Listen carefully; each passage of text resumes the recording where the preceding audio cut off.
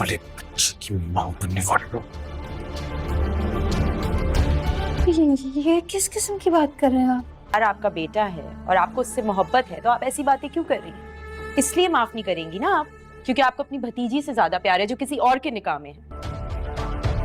आप जितनी भी कोशिश कर लें, आप अपने मकसद में कभी कामयाब नहीं होंगे। ये कैसा घटिया इल्जाम लगा रहे हैं आप मुझ पे? इल्जाम? तुम्हें लगता है कि मैं तुम पे इल्जाम लगा रहा हूं? क्या कुछ कर सकता हूँ? ये वक्त तुम्हारा शौहर बाद में है, पहले मेरा बेटा है। दुनिया वालों की आंखों में आंखें डाल के ये बात उन्हें बता पाओगी कि तो जुल्फिकार मेरे साथ यहाँ ना होते, आपके साथ आपके घर में होते हैं ना। बात असल में ये है कि आपके पैसे में बिल्कुल ताकत नहीं है।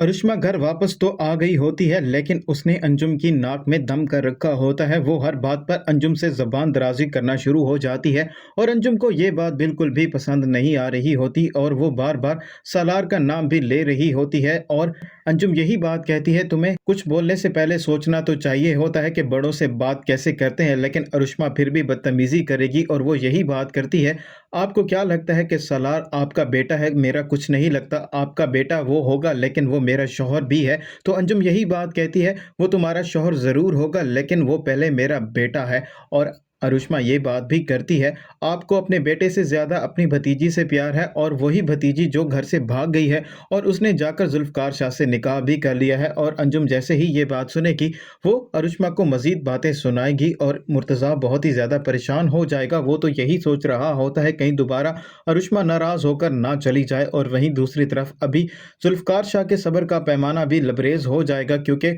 उसने काफ़ी दिनों से ये बात दिल में छुपा रखी होती है कि वो नूर से कैसे ये बात पूछे कि वो सलार के बच्चे की मां बनने वाली है या नहीं। और इसी वजह से जुल्फ़कार शाह का रवैया भी नूर के साथ बिल्कुल भी ठीक नहीं होता। तो नूर यही बात कहती है, आप और आपके घर वाले यही चाहते हैं ना कि मैं आपकी ज़िंदगी से चली जाऊं, तो ऐसा ही है, मैं आपकी ज़िंदगी से चली जाती हूं, मुझे कोई भी एतराज़ नहीं है। और जुल्फ़कार शाह जब ये बात सुनता है तो वो नूर से यही बात कहता है, अगर तुम यही चाहती हो कि मैं तुम्हें आज़ाद कर दूं तो मैं तुम्हें आज़ाद ही कर देता हूं। तो नूर जुल्फ़कार शाह से यही बात कहेगी, आप तो मुझसे जान छुड़वाना चाह रहे हैं और पहले कैसे आप मेरे पीछे पड़े हुए थे। तो जुल्फ़कार शाह गुस्से में आ जाएगा और वो नूर से यही बात करेगा, मैं ऐसा बिल्कुल भी नहीं चाहता लेकिन तुमने मुझे धोखा दिया है। तो नूर यही बात पूछेगी, मैंने आपको कैसा और कौन सा धोखा दिया है? जुल्फ़कार शाह बताएगा कि तुम सालार के बच्चे की मां बनने वाली हो और तुमने मुझसे इतनी बड़ी हकीकत छुपाई है। और जैसे ही नूर ये बात सुनेगी उसके पैरों तले से ज़मीन निकल जाएगी और वो सालार से यही बात कहती है,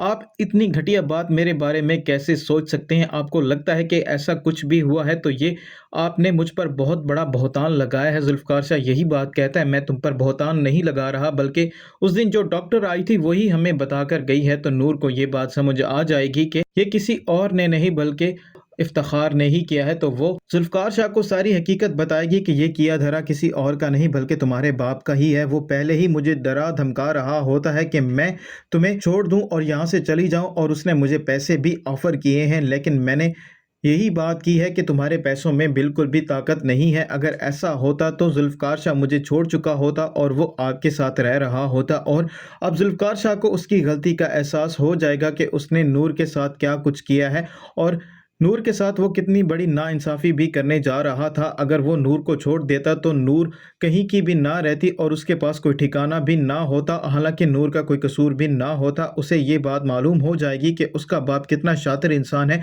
और वो किसी भी हद तक जा सकता है। अभी तो जुल्फ़कार शाह को ये बात भी मालूम नहीं है, हूर को मरवाने में किसी और का नहीं बल्कि उसके अपने